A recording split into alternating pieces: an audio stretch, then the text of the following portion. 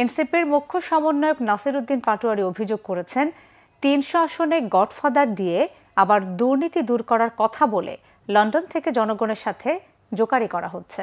রাজধানীতে জাতীয় যুবশক্তির জাতীয় সম্মেলনে তিনি দুর্নীতির মাস্টার মাইন্ডকে আগামী নির্বাচনে লাল কার্ড দেখাতে জনগণের প্রতি আহ্বান জানান। নাসির উদ্দিন পাটোয়ারি জামাতকে উদ্দেশ্য করে বলেন, দলটির মুখে মুখে বিপ্লব আর অন্তরে আওয়ামী প্রীতি। মিষ্টি মিষ্টি কথা বলে ধর্মের নামে তারা রাজনীতি করছে বলে অভিযোগ করেন তিনি। সম্মেলনে এনসিপির সদস্য সচিব আখতার হোসেন সতর্ক করে বলেন, ক্ষমতায় কারা যাবে তা নির্ধারণের জরিপের নামে মানুষের সংস্কারের আকাঙ্ক্ষাকে দূরে সরিয়ে রাখার চেষ্টা হচ্ছে। শুধু ভোটের হিসাব নিকাশ দিয়ে রাজনীতির গতিপথ নির্ধারণ সম্ভব নয় বলেও তিনি মন্তব্য করেন।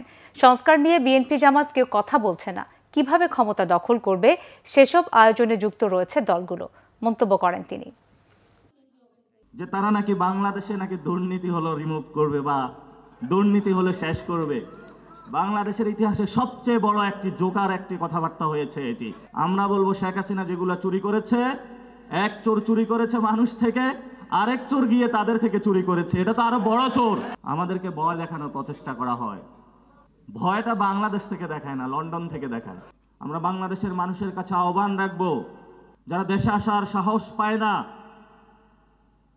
যারা অনলাইন ভিত্তিক রাজনীতি করে, যারা দুর্নীতির মাস্টার মাইন্ড, আপনারা এই ইলেকশনে তাদেরকে লাল কার্ড দেখাবেন। আরেকটা নতুন দলের এখন পাখনা গজাইছে জামায়াত ইসলামী। গণ অভ্যুত্থানের এখন নতুন নতুন চেতনার কথা বলে তারা নতুন ধর্ম ব্যবসা করে জনগণকে বিভ্রান্ত করার চেষ্টা চালাচ্ছে জামায়াত ইসলামী। জামায়াত ইসলামের এইসব বন্ডামি বন্ধ করতে হবে। খুব মিষ্টি মিষ্টি কথা বলে, মিষ্টি কথার আসলে আড়ালে কি আছে সেটা তো আল্লাহ জানে।